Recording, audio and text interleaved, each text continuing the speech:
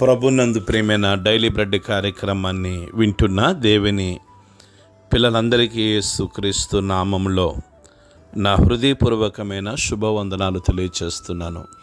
ఫిబ్రవరి 24వ తేదీ ఉదయకాలమున daily bread పరిచర్యలో మనమందరము కలుసుకొనుటకై కృప చూపించిన దేవునికి మహిమ కలుగునుగాక. ఆమేన్. డైలీ బ్రెడ్ కార్యక్రమాన్ని వింటున్న సహోదరులారా, మీరందరూ బాగున్నారు కదూ? ప్రభు యొక్క అపారమైన కృప మీ అందరి ప్రార్థన సహకారంతో నేను క్షేమం ప్రతిదినం ఈ డైలీ బ్రెడ్ పరిచర్యలో ఇట్టి రీతిగా మనం కలుసుకున్నట్టుకై కృప చూపించిన దేవునికి మహిమ కలుగునగాక. ఆమేన్. డైలీ బ్రెడ్ కార్యక్రమాన్ని వింటున్న సహోదరులారా, మనం నిర్మల జిల్లాలో ఉన్న 18 మండలాల కొరకు ఇప్పటి వరకు ప్రార్థన చేస్తూ వచ్చాం.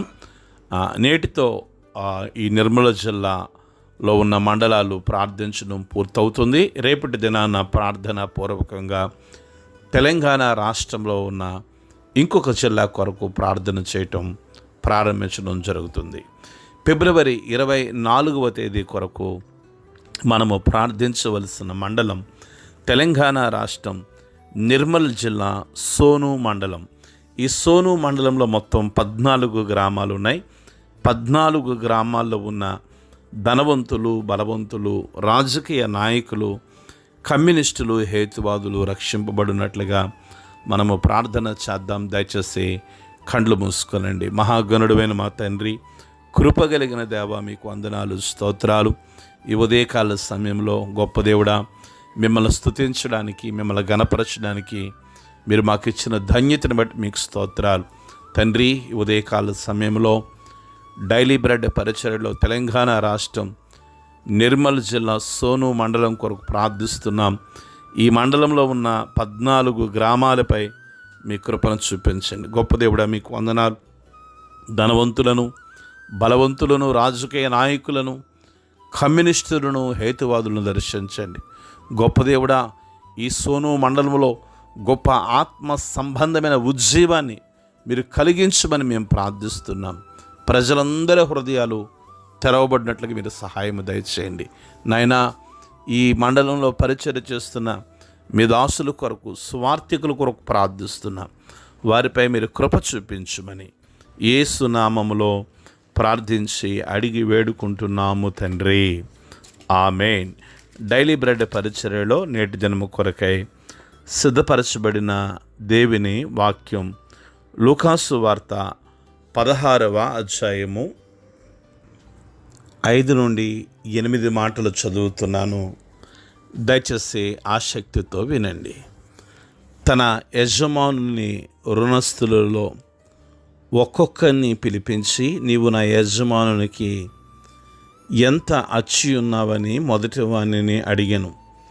వాడు 100 మణుగుల నూనె అని చెప్పగా, నీవు నీ చీటీ తీసుకొని త్వరగా కూర్చుండి 50 మణుగులని వ్రాసుకోమని వానితో చెప్పాను. తర్వాత వాడు, నీవు ఎంత అచ్చి ఉన్నావని మరి ఒకరిని అడుగగా, వాడు 100 తోముల గోధుమలు అని చెప్పినప్పుడు వానితో, నీవు ఆ చీటీ తీసుకుని 80 తూములని వ్రాసుకోమని చెప్పాను.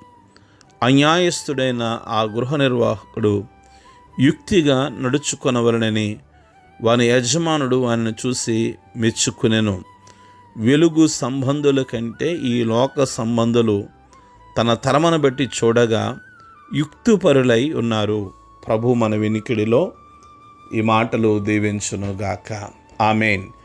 డైలీ బ్రెడ్ కార్యక్రమాన్ని వింటున్న సహోదరులారా, యేసు ప్రభు వారు తన శిష్యులతో ఒక ఉపమానం చెప్తూ ఉన్నారు. ధనవంతుని యొద్ద ఒక గృహ నిర్వాహకుడు ఉండినట్లుగా వాడు అతని ఆస్తిని పాడు చేయుచున్నాడని అతని యొద్ద వాని మీద నేరము మోపగా, అతడు వానిని పిలిపించి, నిన్ను గూర్చి నేను వినుచున్న ఈ మాట ఏమిటి? నీ గృహ నిర్వాహకత్వ లెక్కను అప్పగించుము.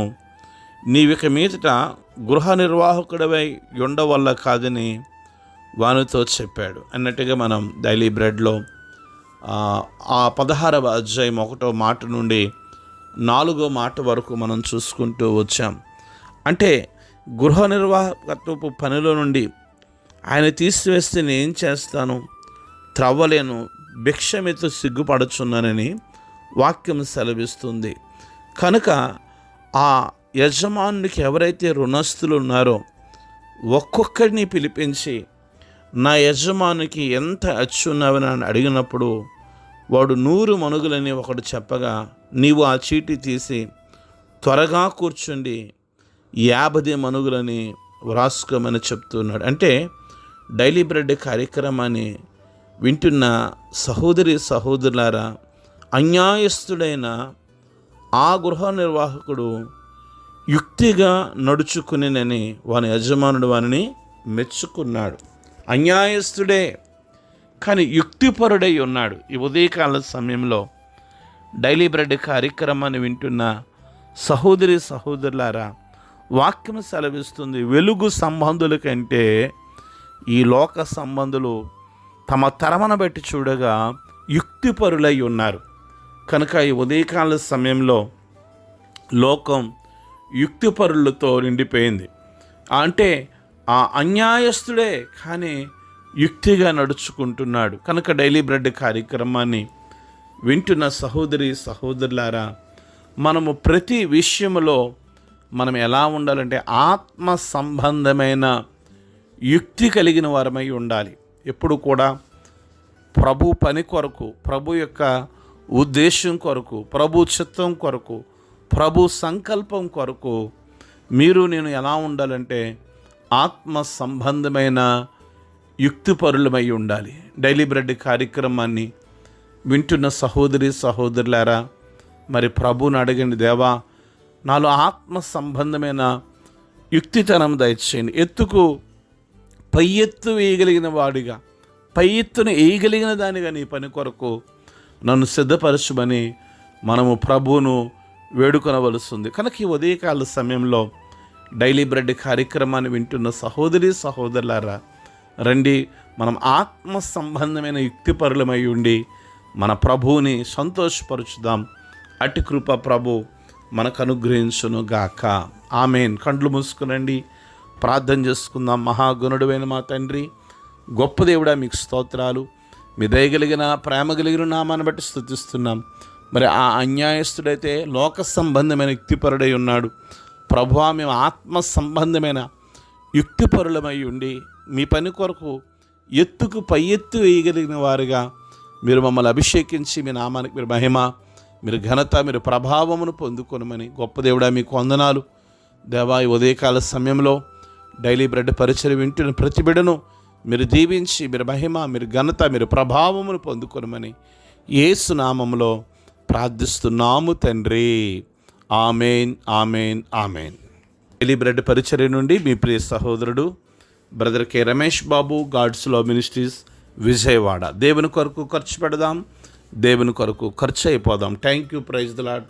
God bless you all.